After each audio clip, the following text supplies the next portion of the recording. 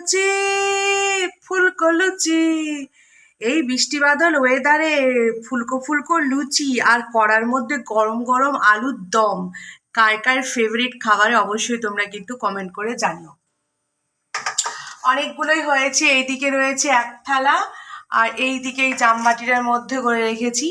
এতগুলো তো খেতে পারবো না, তো ওই একটা জায়গার হলে রাতে খাওয়া হয়ে যাবে, আর একটা থাকবে সেটা সকালে খাবো। বাসি লুচি আবার চা দিয়ে খেতে না আমার ভীষণ ভালো লাগে। তো হ্যালো এভরিওয়ান, কেমন আছো তোমরা সবাই? আশা করছি তোমরা সবাই খুব ভালো আছো, আর তোমাদের ভালোবাসা ঈশ্বর আশীর্বাদে আমরাও সবাই বেশ ভালো আছি।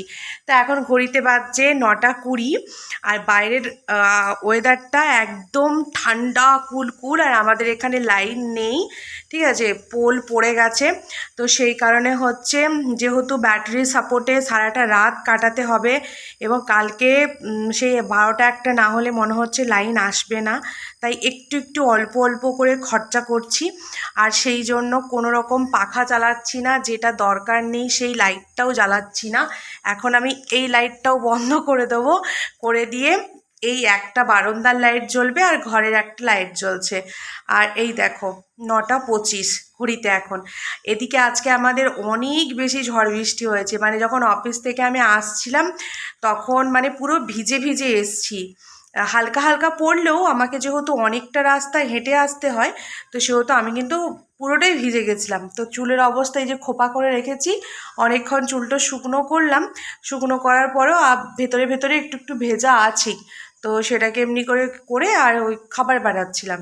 এবার ওই ভেজা অবস্থায় আসার পর কাপড় টাপড় চেঞ্জ করে ফ্রেশ হয়ে একটু খেয়ে বিছানার মধ্যে ভাবলাম একটু কোমরটা সোজা করে নিই, তারপরে কাজ করব।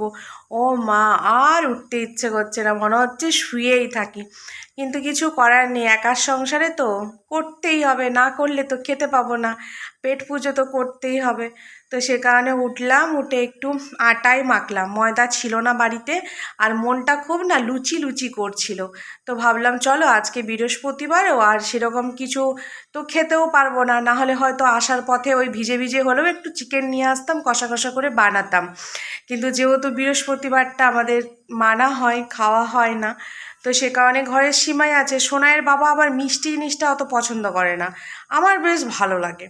তো মিষ্টি আছে, তো ওটা দিয়ে আমি লুচি খাবো, আর সোনাইয়ের বাবার দুপুরে আলু সোয়াবিনের তরকারি আছে, সেটা দিয়ে সোনাইয়ের বাবা লুচি খেয়ে নেবে। তো লুচি বানিয়ে ফেললাম, আর সোনাইকেও লুচি খাওয়াবো, যদি খায় ও খাবে হয়তো একটা, তারপরে দেখছি ওকে কি খাওয়ানো যায়, ওর খাবার আছে আলাদা। আর ওর জন্য আর আলাদা করে আবার রুটি করতে গেলাম না, কেন কি রুটি করলে আবার সে আলাদা করে আটা মাখতে হতো। তো সে কারণে আমার এই ডান হাতটা জানো তো বন্ধুরা এত ব্যথা, মানে এটা হচ্ছে যেদিনকে আমি এই সিঁড়ির রেলিংটা পুরো পরিষ্কার করেছিলাম, পুরো চকচকে করে দিয়েছি। অনেক দিন হয়ে গেল, প্রায় 2 মাস মতো এই রেলিংটা না আমার পরিষ্কার করা হয়নি। কেন কি জানোই তো, সোনার বাবার হাত ভাঙলো, তারপরে তাকে একটা বাড়িতে পেশেন্ট থাকলে দেখবে বাকি অন্য কাজগুলো না হয়ে ওঠে না। তো তারপরে আমাকে সোনার বাবাকেও স্নান করে দিতে হতো, তারও দেখাশোনা করতে হতো, ছেলে দেখতে হতো, সংসারে কাজ, অফিস, আমি পেরে উঠতাম না। তো সে কারণে অনেক দিন যাবত না যে কাজগুলো মানে না করলেও চলবে, সেই কাজগুলো থেকেই গেছে। যেমন এই ঝাড়াঝাড়ি, ঘর টর। তো যখন একদম অতিরিক্ত হয়ে গেছে যে না এবার আর দেখা যাচ্ছে না, তখন আমি সেই কাজগুলোতে হাত দিয়েছি। মানে এরকম করে আমার এই 3টে মাস কেটেছে, জানুয়ারি, ফেব্রুয়ারি, মার্চ, জানুয়ারির 22 তারিখে হাত ভেঙেছে সোনাইয়ের বাবার। তো জানুয়ারির পুরো লাস্ট, ফেব্রুয়ারি, মার্চ, এপ্রিল, এই 3টে মাস এরকমভাবেই কিন্তু আমার কেটেছে। তো তারপরে সিঁড়িটা যেদিন থেকে পরিষ্কার করেছি সেই দিনের পর থেকে হাতের এই দাবনা থেকে অসহ্য যন্ত্রণা, মানে এতটা ব্যথা। আমি যখন অফিসে গিয়ে মাউসটা ধরে কাজ করি তাতেও আমার ব্যথা লাগছে, মানে বেশিক্ষণ মাউসটা ধরে আমি কাজ করতে পারছি না, আমার তো সবটাই ডেস্কটপে কাজ, তো মাউস ধরেও আমি বেশিক্ষণ কাজ করতে পারছি না। তো এটা বেশি দিন ভিজিয়ে রাখা যাবে না, আমাকে অবশ্যই তাড়াতাড়ি ডক্টরের সাথে পরামর্শ করে ওষুধ খেতেই হবে, কেন কি খুব যন্ত্রণা হচ্ছে, কাপড় জামা কাচলেও কষ্ট পাচ্ছি। তো তোমাদেরকে টাইটেলে একটা আমি দিয়েছি, সেটা তোমাদেরকে বলি। মানে যত দিন যাচ্ছে না তত কাছের মানুষগুলোকে যেন কত তাড়াতাড়ি হারিয়ে ফেলছি। যখন কাছের মানুষগুলো, নিজের প্রাণের মানুষগুলো আস্তে আস্তে লাইফ থেকে এভাবে হারিয়ে যাচ্ছে, তখন একটু একটু করে না বুঝতে পারছি যে সত্যি আমরা কতটা বড় হয়ে গেছি বা কতটা বড় হয়ে যাচ্ছি। ছোটোবেলায় দেখো আনন্দে স্কুল লাইফ, খাওয়া দাওয়া, ঘোরা, পড়াশুনোর মধ্যে থাকতাম। তখন চট করে কাউকে না হারানোর ব্যাপারটা ছিল না, তখন কাউকে হারায়নি, খুব কম, খুবই কম। আমি আমার জ্ঞানে সর্বপ্রথম আমার খুব ছোটোবেলায় আমার মনে আছে, তখন আমি ক্লাস হয়তো ফোরে পড়ি, তখন আমি আমার বড় মামাকে হারিয়েছিলাম। তো যেহেতু বড় মানে তখন ছোট ছিলাম, তখন অতটা বুঝতে পারিনি। তারপরে যখন আমার জ্ঞান হলো, ক্লাস 7-এ পড়ি, তখন না আমি আমার দাদুকে হারিয়েছিলাম। তো সেই আঘাতটা ভীষণ লেগেছিল, কেন কি দাদু একটা আলাদাই প্রাণের মানুষ ছিল আমার, খুব ভালোবাসতো আমাকে। তারপরে হারাই ঠাকুমাকে। তখন ঠাকুমাকে তো এই রিসেন্ট কিছুদিন আগেই হারিয়েছি, তখন আমার বিয়ে হয়ে গেছে। তারপর সেরকমভাবে আর কাউকে হারানোর যন্ত্রণা পাইনি। তারপরে শাশুড়ি মাকে হারিয়েছি। এই ইদানিং মানে ধরো এই 1-1.5 বছরের মধ্যে বহু কাছের মানুষকে হারিয়েছি।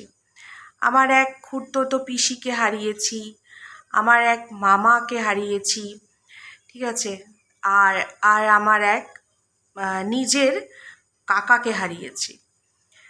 আর এখনও আমার 2 মামা খুব অসুস্থ, খুবই অসুস্থ। দুজনেরই একটাই সমস্যা, যেটার কোনো অ্যান্সার মনে হয় এখনও তৈরি হয়নি, কি হয়েছে আমি জানি না। সেটা হচ্ছে ক্যান্সার। মানে বলে না যে মশার ঘরে হাতি ঢুকেছে, এরকম একটা ব্যাপার। আমরা খুবই সাধারণ, খুবই নিম্ন মধ্যবিত্ত পরিবার, সেরকমই জীবনযাপন করি। হ্যাঁ, কিছু জিনিস লাইফে শখ থাকে, সেগুলো পূরণ করি, কিন্তু তা বলে যে আমাদের কাছে প্রচুর টাকা পয়সা ধন সম্পত্তি আছে তা না। আর আমার যে মামার হয়েছে, এক মামার অবস্থা ভালো, তার ভালো করে জায়গায় ট্রিটমেন্ট চলছে। আরেকটা যে মামা, তার অবস্থা খুবই খারাপ বন্ধুরা, খুবই খারাপ। তো তার ভুবনেশ্বরে ট্রিটমেন্ট চলছে, কেমো চলছে, 1 মাস কেমো চলবে। এমন জায়গায় সেটা হয়েছে, ভুবনেশ্বরে যে মামা আছে তার কথা বলছি, তার অপারেশন করা যাবে না, গলাতে হয়েছে। তো এই খবরটা পাওয়ার পর থেকে না এতটা আমার মা ভেঙে পড়েছে। আর মায়ের সাথে সাথে আমরাও, যেহেতু ওই মামার সাথে আমাদের খুব টাচ ছিল, নিজেরা যতটা পারছি সাহায্য করার চেষ্টা করছি, যতটা পারছি আমাদের যতটা ক্ষমতা ততটা দিয়ে সাহায্য করার চেষ্টা করছি। সেটা মানসিক দিক দিয়ে হোক, অর্থনৈতিক দিক দিয়ে হোক, বা ভালোবাসার দিক দিয়ে।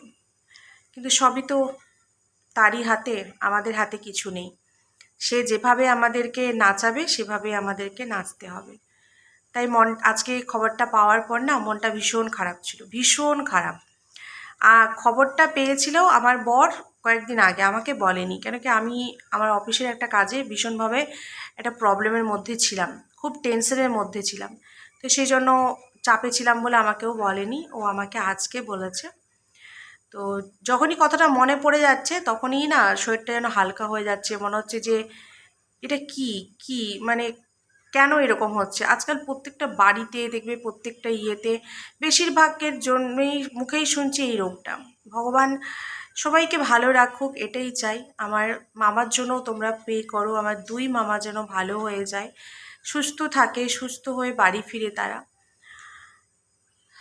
এই আর কি, কিছু কথা অনেক সময় মনে হয় তোমাদের সাথে শেয়ার করি, আর সেই জন্যই আমার এই কথাগুলো আজকে এখানে বলা। বলে না কষ্ট বললে নাকি কম হয়ে যায়, তো সেই জন্যই বলা। তো যাই হোক, বাড়ির পরিস্থিতি আমার খুবই খারাপ।